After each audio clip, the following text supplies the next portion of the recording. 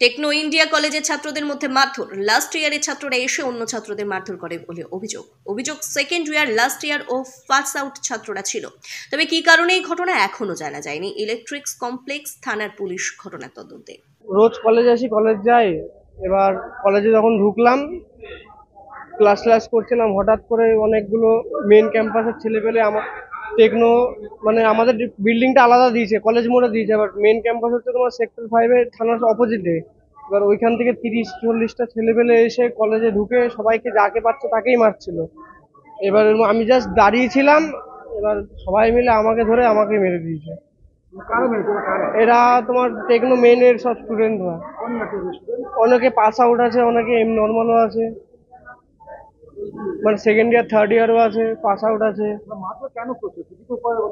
আমি কিছুই জানি না, কারোর সাথে কোনো চলাফেরা করি কোনো দাদাদের সাথে না কিছু। আমি জাস্ট কলেজ আসি যাই, বিনা কারণে আমি মারটা খেলাম। এবার নামগুলো আমি খুব একটা জানি না, এবার কাউকেই চিনি না আমি। ওরা সেকেন্ড ইয়ার থার্ড ইয়ার, তারপর অনেকে পাস আউট আছে কলেজ। ওটা হচ্ছে ওই 2:30টা। আমি সেকেন্ড ইয়ার।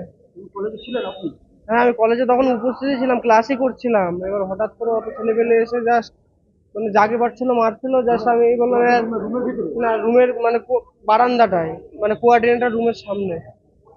তারপরে এরকম সব মানে আমি যে কিছু বলিও নি, যে আমি শুধু বললাম যে মারছো কেন এদের।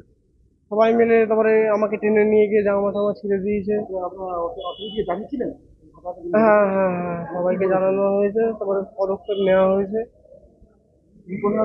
আমি সেকেন্ড ইয়ার স্টুডেন্ট।